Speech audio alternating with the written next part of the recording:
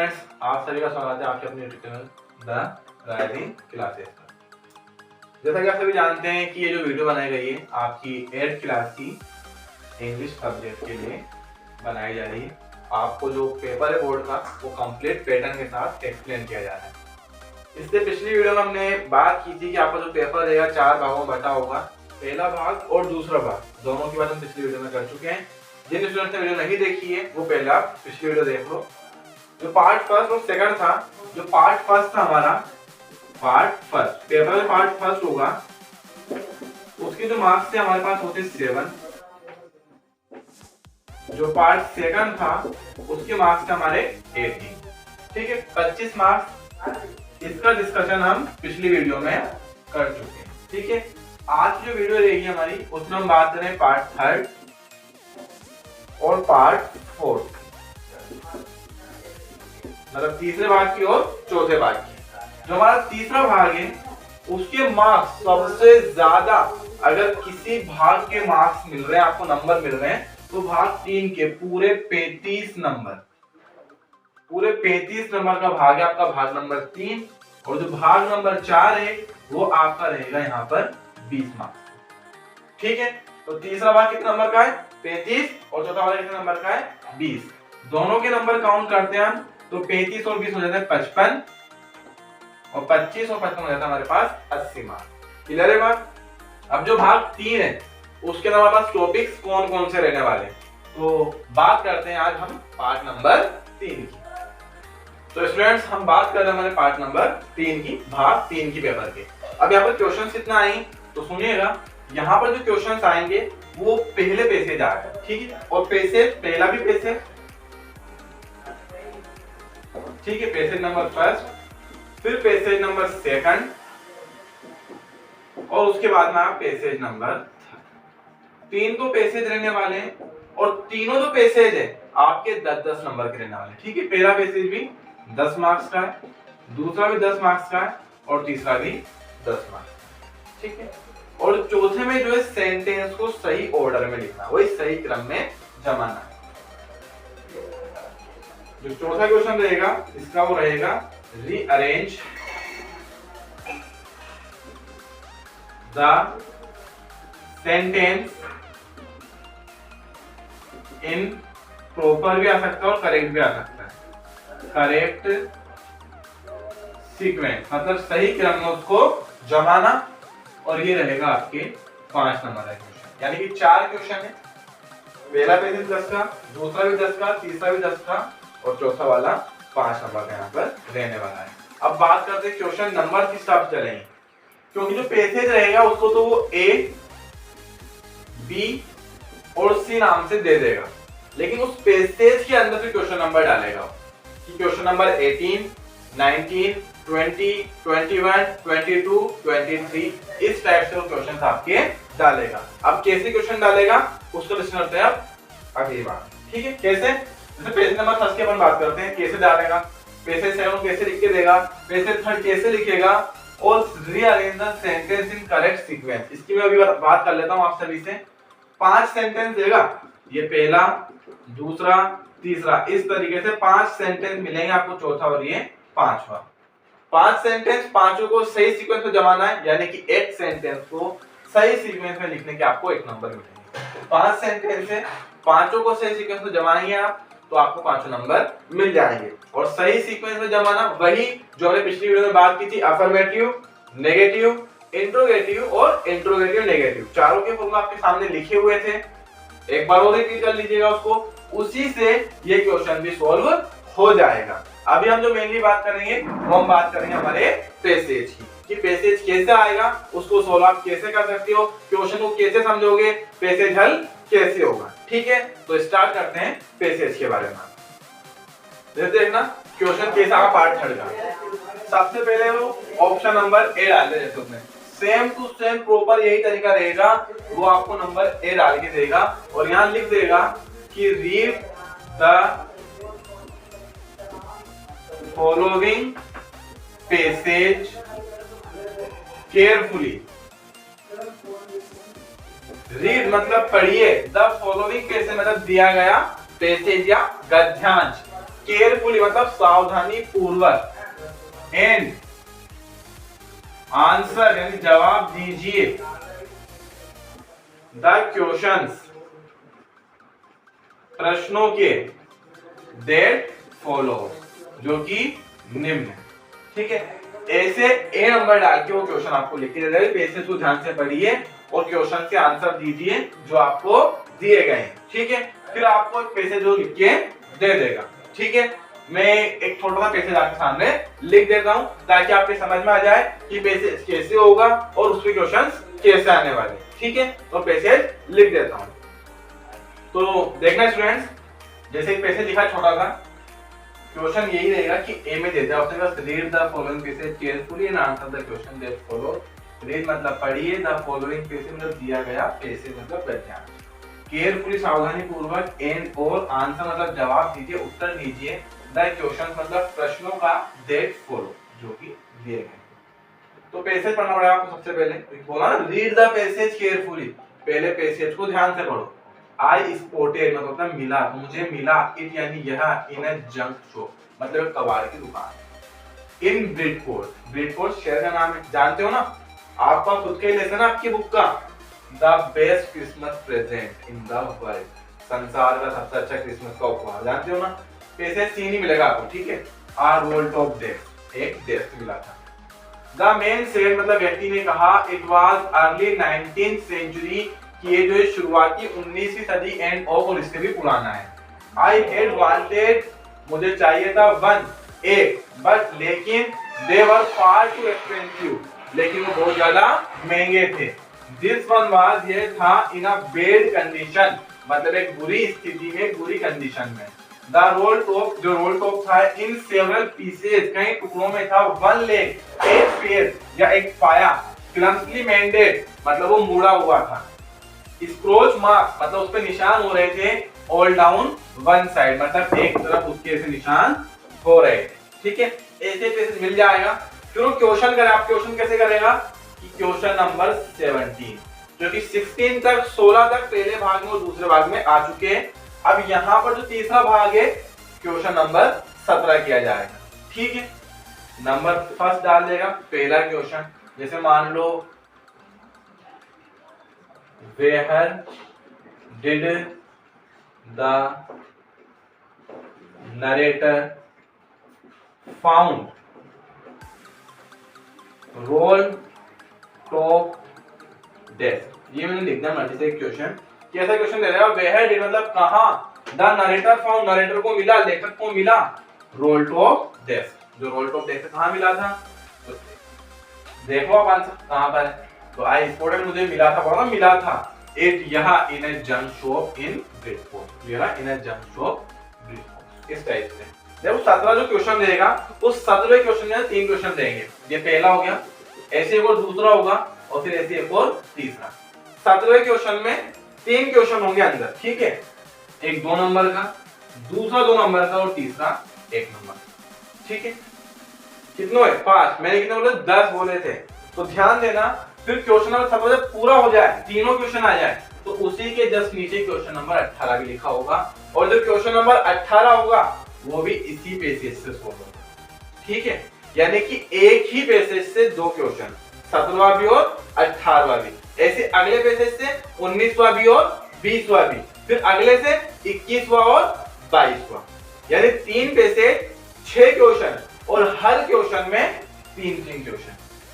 समझना, हर पैसेज में 2 क्वेश्चन है और उन 2 क्वेश्चन में 3 है, मतलब एक पैसेज से आप 6 क्वेश्चन सोल्व करोगे और उन 6 क्वेश्चन के मार्क्स कितने मिलेंगे आपको 10, यानी 4 क्वेश्चन तो 2-2 नंबर के और 2 क्वेश्चन 1-1 नंबर। ठीक है, 6 क्वेश्चन होंगे। जब 17 में 3 हो गए, ऐसे ही 18 में भी 3 क्वेश्चन आएंगे, 5 नंबर के वो भी हो जाएंगे कि 2 और 1, 5 नंबर इसके 5 नंबर इसके, मतलब 17 भी 5 नंबर का, 18 भी 5 नंबर का। लेकिन ध्यान रखना कि 17 के अंदर कितने क्वेश्चन है 3 और 18 में कितना आएंगे अंदर 3, और तीनों ही आपको हल करने हैं, ये अथवा में नहीं है। इस तरह से जो पहला पैसेज है वो आपके 10 नंबर का हो जाता है। फिर सेकंड वाला जो पैसेज आएगा उसमें होगा कुछ नहीं, बस यहाँ एक ही जगह पे एक तरीके से बी लिखा हुआ होगा क्वेश्चन सेम होगा यहाँ ऊपर का तो, और यहाँ पैसेज चेंज कर दिया जाएगा, पैसेज कुछ और लिखा होगा, क्वेश्चन नंबर भी चेंज, 17 की जगह 19 लिखा होगा, 18 की जगह पे 20 लिखा होगा, लेकिन पैटर्न सेम रहेगा, वही 19 में 3 क्वेश्चन होंगे, 20 में भी 3 क्वेश्चन होंगे। बात समझ में आ रही है? चलो एक बार और सुनना, पार्ट नंबर 3 भाग 3 स्टार्ट होगा, ए लिखा होगा यहाँ पर, ठीक है, सबसे पहले वाले में, और क्वेश्चन ये होगा कि read the following passage carefully and answer the question that follow, मतलब पैसेज को पढ़ो और जो प्रश्न पूछे गए हैं उनके उत्तर दो, ठीक है।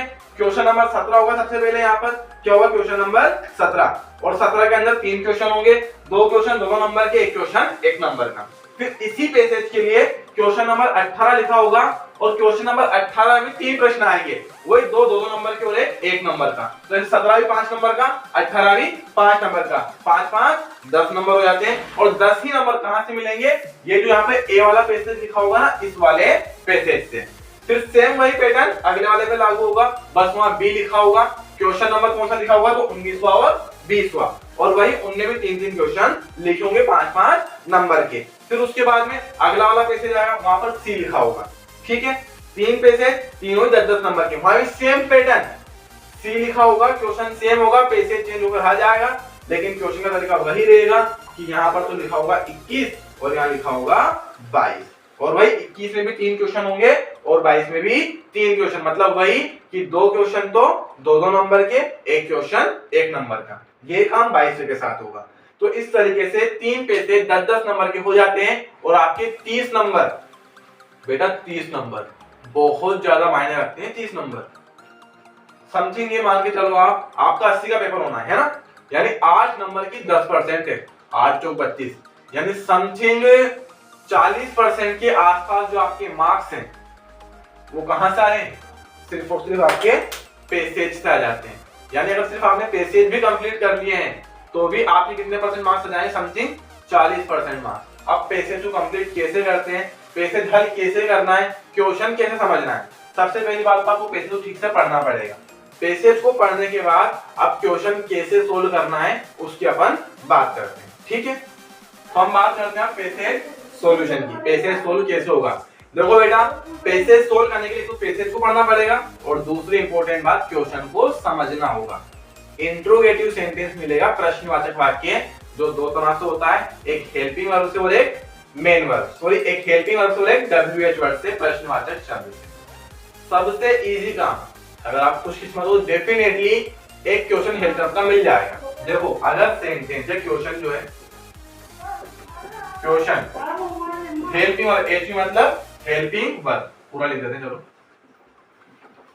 हेल्पिंग वर्ब, जिसको आप जानते ही हो, सभी 10th में पढ़ रखी है आपने, हेल्पिंग वर्ब से शुरू,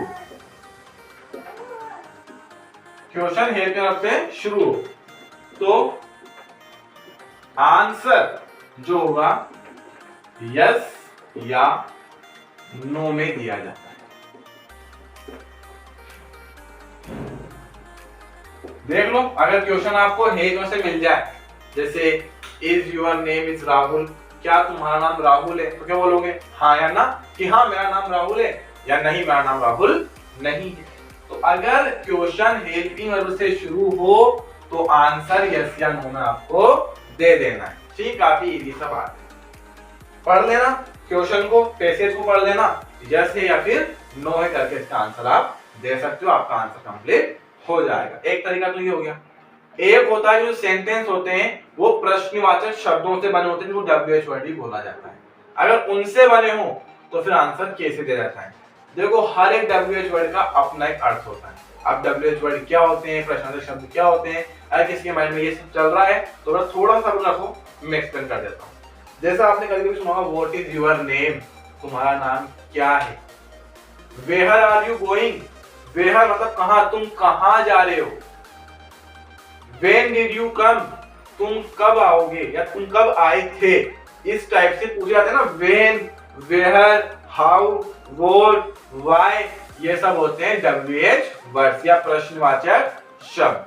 अब इनके मतलब क्या होते हैं, कब इस्तेमाल में किए जाते हैं, इन सब की अपन बात करते हैं, ताकि जब आप WH वर्ड को देखो, उस प्रश्नवाचक शब्द को देखो, तो आप समझ जाओ कि प्रश्न में पूछना क्या चाहता है। क्योंकि सिर्फ WH वर्ड या प्रश्नवाचक शब्द का ज्ञात होने से ही, उसका पता चल जाने से ही आप उसके आंसर का अनुमान लगा सकते हो। कैसे लगा सकते हो तो देखिएगा। तो देखना स्टूडेंट्स, आप लिए सारणी बनाइए WH वर्ड की या प्रश्नवाचक शब्दों की। यहाँ लिखा है क्वेश्चन वर्ड मतलब प्रश्नवाचक शब्द, इसके नीचे लिखे हुए हैं। अर्थ मतलब उनका मतलब क्या होगा, और फिर प्रयोग मतलब किस यूज में उनका काम लिया जाता है, किस काम में उनका यूज किया जाता है, पूछते क्या है। ठीक है, जैसे मान लो कि वोट लिखा हुआ है, सुना ना व्हाट इज योर नेम, सुना है इसे। तो वोट का मीन्स क्या होता है, इसका मतलब क्या भी होता है, कौन सा भी होता है और कौन सी भी होता है। अगर प्रश्न में वोट दिया गया है तो उसको जानना क्या है, या तो वस्तु जानना चाह रहा है, या वो क्रिया जानना चाहता है, या फिर वो कार्य जानना चाहता है। अगर वोट लिखा हुआ है तो जानना है आपसे पूछ क्या रहा है, या तो वस्तु के बारे में पूछेगा, या क्रिया के बारे में, या फिर कार्य के बारे में। मान लो प्रश्नवाचक वाक्य के आपके पास वो लिखा हुआ है, क्या लिखा हुआ है, वो। इसका मतलब होता है कौन या किसे। मतलब क्या होता है, कौन या फिर किसे। ये नॉर्मली कर्ता की जानकारी के लिए आता है, कभी कभी ये कर्म के लिए भी आ जाता है, कौन, वो। लेकिन हाँ 95% के इसमें चांसेस यही होंगे कि वो किसके बारे में पूछेगा आपसे, हमेशा कर्ता के बारे में, मतलब सब्जेक्ट के बारे में। फिर आता है whom, इसका मतलब होता है किसको। ये आता है कर्म मतलब ऑब्जेक्ट की जानकारी के लिए। ठीक है, whom का मतलब क्या होता है, किसको। क्यों आता है, कर्म की मतलब ऑब्जेक्ट की जानकारी के लिए। अगला आता है whose, इसका मतलब होता है किसका या किसकी। मतलब ये मार्कर किसका है, ये बोर्ड किसका है, ये पेन किसका है, ये आपका जो मोबाइल है किसका है। तो ये whose किस चीज के लिए आता है, संबंध बताने के लिए कि भाई इसका संबंध किससे, या मालिकाना हक बताने के लिए किसका यूज करते हैं हम, whose का। पॉजिटिव फॉर्म होती है, जानते हो ना। फिर आता है when का मतलब होता है कब, किसकी जानकारी, समय जानने के लिए या समय की जानकारी के लिए। ठीक है, when का मतलब क्या होता है, कब। क्यों आता है, समय की जानकारी के लिए। जैसे मान लो आपको पैसेज प्रश्न दिया गया है, अगर पैसेज में आपको when लिखा हुआ नजर आ जाए तो समझ जाना कि पूछा जाता आपसे वो समय पूछा जाता, पैसेज में समय ढूंढो और वही करेगा आपका आंसर रहेगा। जैसे मान लो आपको प्रश्न में वेयर मिल जाए, तो वेयर का मतलब होता है कहां। क्यों आता है, स्थान जानने के लिए। यानी अगर पैसेज के क्वेश्चन में वेयर मिल गया तो पेज में ढूंढना पड़ेगा आपको स्थान, मतलब स्थान का नाम, और वही करेगा आपका आंसर रहेगा। है ना सीधा तरीका। अगर WH का मतलब पता हो, क्यों आ रहा है पता हो, तो पैसेज आप आसानी से ढूंढ सकते हो। आगे बात करते हैं, जैसे मान लो वाई लिखा हुआ मिल जाए, तो वाई का मतलब है क्यों, यानी आता है हमेशा कारण जानने के लिए। अगर क्वेश्चन वाई से किया गया है तो आंसर में क्या लिखना है आपको, उसका कारण, उसकी वजह लिखनी है। एक होता है विच, ये कौन सा या कौन सी का मतलब होता है, या आता है वस्तु या विचार। जैसे आपसे क्वेश्चन का तो सिंपल सा, in which class do you read, in which class do you read, आप कौन सी कक्षा में पढ़ते हो। तो आप बोलोगे ना I read in 8th class, मैं 8वीं कक्षा में पढ़ता हूं। तो विच मतलब कौन सा या कौन सी। क्यों आता है, वस्तु या विचार के लिए आ जाता है। क्लियर है बात। फिर आता है हाउ मच, यानी कितना या कितनी। ये आता है मात्रा की जानकारी का समझना। और हाउ मेनी, इसका मतलब भी कितना है कितनी, लेकिन ये संख्या की जानकारी के लिए। हाउ मच और हाउ मेनी दोनों के मतलब एक ही है, लेकिन यूज अलग अलग है। कैसे, जैसे हाउ मच मात्रा की जानकारी, जैसे शक्कर 5 किलो होती है, 10 किलो होती है। जैसे आप बात करो तो मिर्ची ले लो, किलो में आएगी। अनाज ले लो, किलो में आएगा। दूध ले लो, लीटर में आएगा, यानी किसमें आएगा, मात्रा में। तो इनके लिए किसका यूज होगा, हाउ मच का। लेकिन हाउ मेनी, जैसे आपकी पेन ले लो, मोबाइल की बात कर लेते हैं, ये किसमें आते हैं, संख्या में। 10 मोबाइल, 15 मोबाइल, 10 पेन, 15 पेन। तो ये सब जो संख्या में आते हैं, अगर संख्या की जानकारी चाहिए तो हाउ मेनी, और अगर मात्रा की जानकारी चाहिए तो फिर हाउ मच का यूज होता है। जो क्वेश्चन वर्ड्स है उनको WH वर्ड बोलते हैं। रीजन क्या है, देखो आप ऊपर जितने भी WH से स्टार्ट हो रहे हैं इसलिए इनको WH वर्ड भी बोलते हैं, और असल में क्या बोलते हैं, क्वेश्चन वर्ड्स बोलते हैं। ठीक है, एक काम करो, आप इस पूरी सारणी को छाप लो, इसको लिख लो, ताकि आपको पता रहे कि अगर पैसेज में क्वेश्चन किया गया है तो किस WH वर्ड का मतलब क्या है, ताकि पैसेज में आप आसानी से जवाब दे सको। जैसे सपोज करो वेहर आ जाए तो फिर आपके लिए काम आसान है कि पैसेज में स्थान का नाम कहां दिया गया है, जो स्थान का नाम है वही हमारा आंसर हो जाएगा। अगर हाउ मच आ जाए तो आपको सिर्फ मात्रा ढूंढनी है कि मात्रा कहां बताई गई है, जहां मात्रा बताई गई है वही हमारा आंसर रहने वाला है। क्लियर है बात, समझ में आ गई। ठीक है, तो इसको छाप लो। तो स्टूडेंट्स, ये रहा आपके सामने एक पैसेज। वही read the passage carefully, passage को सावधानी से पढ़िए एंड और आंसर द क्वेश्चन, तो प्रश्नों के उत्तर दीजिए गिवन बिलो, जो नीचे दिए गए हैं। तो सबसे पहला काम हमारा पैसेज को ही पढ़ते हैं। अलमास जावेद नामी was 10 years old, तो अलमास जावेद 10 साल की। She was a student, वो एक विद्यार्थी थी of Carmel convent, Carmel convent school का नाम है, इन पोर्ट ब्लेयर, ब्लेयर का नाम है, वेयर जहां हर फादर उसके पिता के हेड ए पेट्रोल पंप, एक पेट्रोल पंप था। यह एक लड़की की बात हो रही है, आपकी किताब का पार्टिकुलर जानती हो आप सभी। हर मदर, उसकी माँ, राहिलास होम, राहिला घर, was in Nancowry island, द्वीप का नाम है। आइलैंड मतलब क्या है? द्वीप, नॉन कोवरी द्वीप पर था। द फैमिली, जो परिवार है, हेड गोन गया था, देहर यानी वहां, टू सेलिब्रेट क्रिसमस, मतलब क्रिसमस को मनाने, क्रिसमस का आनंद लेने उसका जो परिवार है कहां गया था? नॉन कोवरी आइलैंड, मतलब नॉन कोवरी द्वीप पर वो गए थे। आगे बात करते हैं। When जब द ट्रिमर्स, ट्रिमर्स मतलब झटके, ट्रिमर्स मतलब झटके, भूकंप के झटके वगैरह जैसे होते हैं, ट्रिमर्स मतलब झटके, केम आए अर्ली इन द मॉर्निंग, मतलब सुबह में जल्दी, द फैमिली मतलब परिवार, वाज स्लीपिंग मतलब सो रहा था। तो जब वहां द्वीप पर गए, तो जब वो सो रहे थे वहां पर घर में सो रहे थे, तो उस वक्त भूकंप के झटके महसूस हुए, तब वो सो रहे थे। अलमास फादर, अलमास के पिता, सा उन्होंने देखा, द सी वाटर मतलब समुद्र का जो पानी है, रिसीड वो बढ़ रहा था, आ रहा था उनकी ओर। ही अंडरस्टूड वो समझ गए, द वाटर मतलब जो पानी है, वुड कम वो आएगा, रशिंग बैक मतलब तेजी से पीछे की ओर, विद ग्रेट फोर्स मतलब बहुत ज्यादा बल के साथ। तो समुद्र में हलचल होना शुरू हो गई, वो समझ गए थे कि पानी उनकी ओर आने वाला है। ही वो एवरीवन अप, उन्होंने सबको जगाया, एंड और ट्राइड मतलब प्रयास किया, टू रश देम उनको ले जाने का, टू ए सेफर प्लेस एक सुरक्षित स्थान पर। वो समझ गए थे कि सुनामी टाइप से आने वाली है, तो उन्होंने कोशिश की कि सभी को सुरक्षित स्थान पर लेकर जा सके। एस जैसे ही दे रेन वे दौड़े, हर ग्रैंडफादर उनके दादाजी या नाना जी जो है, was hit on the head उनके सिर पर चोट लगी, बाय समथिंग मतलब किसी चीज से, एंड और ही फेल डाउन और वो नीचे गिर गए। हर फादर उसके पिता, किसके पिता? अलमास के पिता, रश्ड वो दौड़े, टू हेल्प हिम उनकी मदद करने के लिए। तो ये पैसेज रहा आपके सामने। अब पैसेज को मैं एक बार और पढ़ के सुनाऊं, उससे कोई बेनिफिट नहीं है बेटा। एक काम करते हैं, अपन क्वेश्चंस देखते हैं, ठीक है। तो पहला प्रश्न है, वेयर यानी क्या होता है? कहां, किसके बारे में पूछता है? स्थान के बारे में, ठीक है। हेड अलमास फैमिली, अलमास का परिवार, गोन गया था, टू सेलिब्रेट क्रिसमस क्रिसमस मनाने, तो क्रिसमस मनाने अलमास का परिवार कहां गया था? बताओ स्थान का नाम। देखो पैसेज में तो दिखा है कुछ, ये रहा। Her mother Rylas home was in Nancowry island, the family had gone there to celebrate Christmas. तो परिवार वहां गया था, कहां गया था? In Nancowry island. कहां गया था? तो इन नॉन कोवरी आइलैंड। कैसे लिखेंगे? तो देखो, ये WH वर्ड होता है, आप कोई सा भी आंसर दो, पहला काम होगा इसको हटा देना। आंसर में इसको कभी नहीं लिखना है WH वर्ड को। तो जैसा कि मैं बोल रहा हूं आप सभी से, सबसे पहले WH को अपन हटा देंगे, सब्जेक्ट को लिखेंगे, फिर उसके बाद हेल्प मी। अब देखो कैसे कि वेहर कहां है? अलमास फैमिली मतलब अलमास का परिवार, कौन गया था?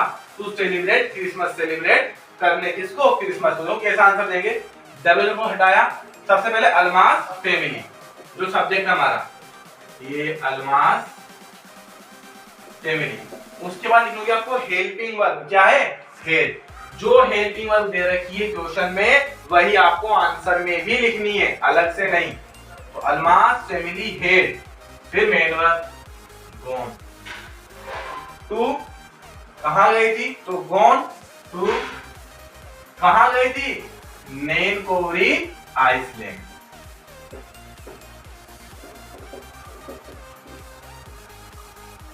नॉन कोवरी आइलैंड क्यों गई थी? To celebrate Christmas. ये जगह का नाम हमने बता दिया।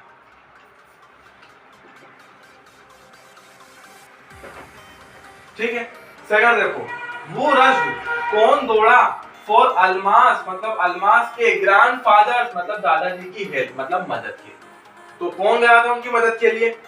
तो देखो आप, ये रही लास्ट लाइन, हर फादर उसके पिता रश्ड टू हेल्प हिम, वो उनकी मदद के लिए गए थे, दौड़े थे।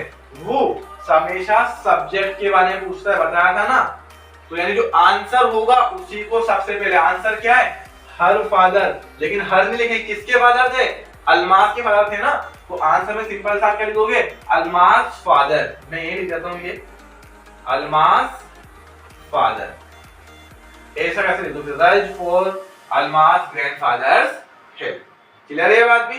देखो, वो को हटा देना है, आंसर लिख देना है। क्यों? क्योंकि वो हमेशा सब्जेक्ट के बारे में पूछता है और सब्जेक्ट को सबसे पहले लिखते हैं। फिर तीसरा क्या है? What was the family doing? परिवार क्या कर रहा था? When जब the tremors came early, tremors आए थे, भूकंप के झटके आए थे, तो उनका परिवार क्या कर रहा था? कार से पूछ रहा है, क्या कर रहा था? तो देखो, when the tremors came early in the morning, the family was sleeping, मतलब परिवार सो रहा था। तो इसका आंसर क्या देंगे अपन? ये दे देंगे, when the tremors came early in the morning, the family was sleeping। ये रहा इसका आंसर, ये तीसरे का हमारा आंसर हो जाए। ठीक है स्टूडेंट्स, तो ये आपका पैसेज। एक काम करो, आप इस पैसेज को भी छाप लो और आंसर नंबर 2 भी अलग से लिखना और 3 भी अलग से लिखना। बोर्ड पे इतनी जगह नहीं थी इसलिए हम नहीं लिख पाए। ठीक है, ये आपकी पैसेज की प्रैक्टिस कंप्लीट होती है। WH वर्ड को ठीक से पढ़ना, मतलब को समझना, प्रयोग किस चीज के लिए हो रहा है उस चीज को आपको समझना है। पैसेज ऑटोमेटिकली सोल्व हो जाएगा। जब क्वेश्चन समझ में आ रहा है, पूछना क्या जाता है, तो आंसर तो अपने आप मिल ही जाएगा। और वही हमारी शुरू से ट्रिक जरूर रही है, स्पेलिंग ढूंढ लो, वहां से आंसर छाट लो, आंसर छाट के यहाँ पर मिला के लिख दो। क्लियर है बात? इसको छाप। तो स्टूडेंट्स, पैसेज दे रही है आपकी क्वेश्चन नंबर 17, 18, 19, 20, 21 और 22। ये 6 क्वेश्चन आपके कंप्लीट हो जाएंगे। ठीक है, और इन 6 क्वेश्चन में आप टोटल 18 क्वेश्चन सोल्व करोगे, क्योंकि हर एक क्वेश्चन में 3 क्वेश्चन। ठीक है, और कितने मार्क्स के हैं ये? तो टोटल 30 मार्क्स के, 30 नंबर के। क्वेश्चन नंबर 23, वही रीअरेंज द सेंटेंस, समझ सकते हो आप, वर्ड्स को वापस दोबारा से जमाना। मैं इसकी दोबारा से बात नहीं कर रहा हूँ। ठीक है, और इस तरीके से आपका पार्ट नंबर 3 खत्म हो जाता है। ये कितने नंबर का रहने वाला है? तो ये 5 नंबर का। तो हमारा जो भाग 3 था वो पूरे 35 नंबर का हो जाता है। अब हम बात करते हैं पार्ट नंबर 4 की, कि चौथा भाग हमारे कितने नंबर का रहेगा? तो ये रहेगा हमारे पूरे 20 नंबर का। ठीक है, यहाँ से क्वेश्चन नंबर 24 आएगा और एक क्वेश्चन नंबर 25 आएगा, और दोनों क्वेश्चन के अंदर ही अथवा में क्वेश्चन रहेंगे। कैसे रहेंगे? तो देखो आप सभी, तो देखना स्टूडेंट्स, क्वेश्चन नंबर 24, एक तो लेटर आएगा और लेटर के अथवा में एप्लीकेशन, या आप उसको भी लेटर ही बोल सकते हो। एक तरीके से हम कह सकते हैं कि एक तो आएगा आपके फॉर्मल लेटर, या पहले इनफॉर्मल दे देते हैं, क्योंकि अधिकतर जो आपके बताए गए मॉडल पेपर उनमें पहले इनफॉर्मल लेटर है और उसके बाद में फॉर्मल लेटर है।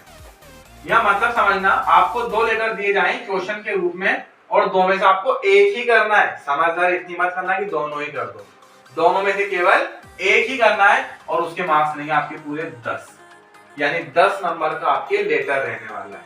ठीक है, क्वेश्चन नंबर 24 पे। क्वेश्चन नंबर 25 पैराग्राफ, या ऐसे भी बोल सकते हैं इसको निबंध एक तरीके से, और इसके अथवा में रहने वाला आपके पास स्टोरी का ऑप्शन।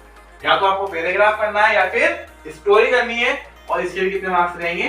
10। वही बात का ध्यान रखना कि या तो पैराग्राफ करोगे या फिर स्टोरी, और कितने मार्क्स रहेंगे? टोटल 10 मार्क्स की। ठीक है, तो ऐसे करके इसके 20 नंबर हो जाते हैं। कौन सा भाग? भाग नंबर 4। ये टोटल 25 क्वेश्चन आपके इंग्लिश में रहने वाले हैं। ठीक है, अब जो लेटर है और जो स्टोरी है, इन दोनों की बात हम अगली वीडियो में करेंगे। आपको लेटर फॉर्मेट दिखा दिया जाएगा, पैटर्न तरीका सिखा दिया जाएगा।